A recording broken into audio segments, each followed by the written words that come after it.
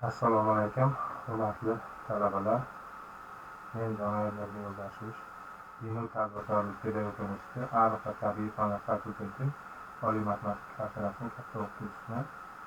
Bugungi o'tadigan mavzumiz aniq integralning xossalari, aniq integralni hisoblash xossalari va usullari. Reja aniq integral tushunchasi, Newton-Lewis formulasi, aniq integralning tatbiqlari. Aniq integralni tushunchasi, aniq integral ifodasini ixtiyoriy s o'zgarmas kirgani uchun x ning belgilangan qiymati bu integralning qiymatini topib bo'lmaydi, ammo berilgan b va a nuqtalari integral qiymatlarining ayirmasini topish mumkin. Ya'ni f b plus s minus f a plus s.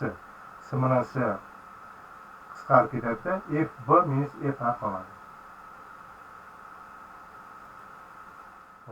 Aniq integral bu tenglik y barobar fx funksiyasining barcha xossalarini uchun b va a ning nuqtadagi ular qiymatlarining ayirmasi bir xil va s ning tanlangan tanlanishga bog'liq emasligini ko'rsatadi. Shuning uchun y barobar fx funksiya b va a nuqtalarining boshlang'ich qiymatlarining ayirmasi y barobar fx funksiyasining AB kesmada aniq integral deyiladi. AB kesmadagi aniq integral quyidagicha yoziladi. Integral A'dan B'gacha fx dx kabi belgilanadi. Bu yerda A integralning quyi chegarasi, B esa yuqori chegarasi, fx esa integral vositasida funksiya, fx dx esa integral vositasidagi ifoda, x esa o'zgaruvchi. Bizga quyidagi aniq integralni hisoblash uchun Newton-Lewis formulasi kerak bo'ladi. Integral A'dan B'gacha fx dx teng bo'ladi f b minus f a. Mana birinchi formula Newton-Lewis formulasi ham deyishadi. Buni fx funksiya katta fx funksiya fx ning boshlang'ich funksiyasidir. Ya'ni f b minus f a ayirmani qisqacha quyidagicha ham yozish mumkin ekan. fx tayoqcha qilib A'dan B'gacha kabi belgilanadi. Bitta misol qarang, shu yerda bir misol ko'rib ketaylik. Ya'ni integral 2 dan 5 gacha x kvadrat dx, x kvadratning boshlang'ich funksiyasini topamiz. X kub taqsim 3. Ya'ni mana bu kichkina fx, bu esa katta fx. Ya'ni x kub taqsim 3 dan hosil olsak, x kvadrat chiqsa, to'g'ri topilgan bo'ladi. Va quyi yuqori chegarasini x ning joyiga birinchi qo'yamiz va quyi chegarasini uni ayiramiz.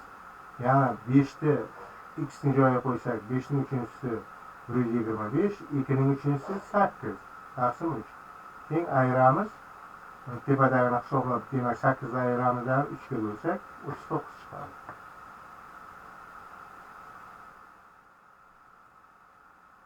Mana bu aniq integralning ba'zi bir xossalarini aytib o'tamiz. Aniq integralda demak aniqmas integralning birinchi, ikkinchi xossalari quyidagidan kelib chiqadi. Qarang, integral A'dan B'gacha ikkita funksiyaning yig'indisi. Biz enta funksiyani aniqmas integralda gaplashib o'tgandik. A'dan B'gacha fx plus gx dx havuz yopiladi.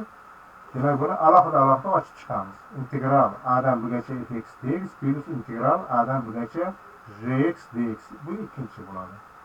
Va lambda ko'paytirilsa qarang, integral A'dan B'gacha aniq integral lambda ko'paytirilgan fx dx. Lambda o'zgarmasini integral belgisidan tashqari chiqarishimiz mumkin.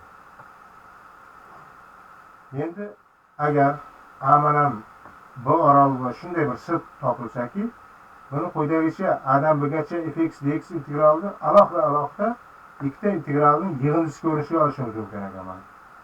Demak, A'dan B'gacha fx dx teng integral A'dan S'gacha fx dx plus integral S'dan B'gacha fx dx hisoblaymiz. Mana ikkita funksiyaning yig'indisi ko'rinishida ham yozishimiz mumkin ekan.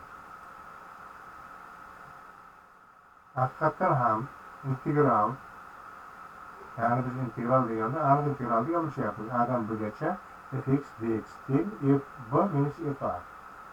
Bu yerda A'dan C'gacha bo'lsa, demak fx dx demak fc minus fa hisoblanadi. C'dan b'gacha bo'lsa fx dx fb minus fc qo'yilar ekan.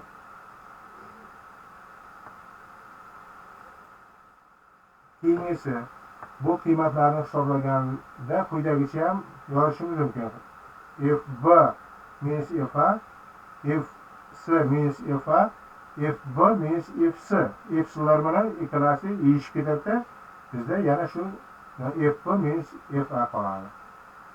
Shu tenglikda quyidagicha aniq integralni xossasi kelib chiqadi. Qarang. A'dan b'gacha fx dx teng bo'ladi minus, demak chegarasini o'zgartirsak aniq integralni oldiga minus qo'yib qo'yishimiz kerak ekan. B'dan a'gacha. Bu esa tepadagi nimadan tenglikdan kelib chiqadi. Bu esa mana shu A'dan b'gacha fx dx fb minus fa. A'dan b'gacha, ya'ni b'dan a'gacha fx dx mana shu tenglikdan kelib chiqar ekan. Buni isboti shu tarzda isbotlanadi.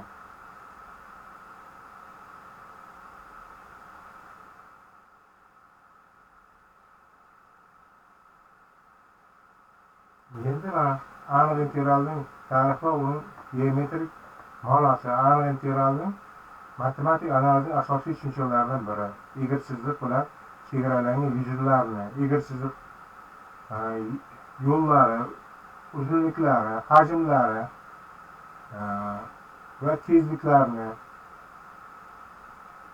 inersiya, yo'llarni, momentlarni hisoblash masalasi bilan bog'liq ekan. Mana shu aniq integrallar mana shu nimalarni topishga juda keng ko'lamda foydalanish mumkin. Masalan, egri chiziqlar trapeziyaning yuzini hisoblash, masalan bir ko'llarning yuzini hisoblash, mana egri chiziqni tepada bir funksiya deb qarab, pastda esa a va b yon tomondan chegaralangan, pastda esa ox yo'q mana chegaralab tepadan qandaydir funksiyani egri chiziqli trapeziyaning yuzini hisoblashga uchun esa aniq integraldan foydalanamiz ekan. Aniq integral yuzalarni hisoblashda juda keng ko'lamda foydalanishimiz mumkin ekan. Hurmatli o'rtoqlar, e'tiborlaringiz uchun rahmat. Keyingi mavzularimizda shu aniq integralning misollarini ham qarab chiqamiz. Rahmat e'tiborlaringiz uchun.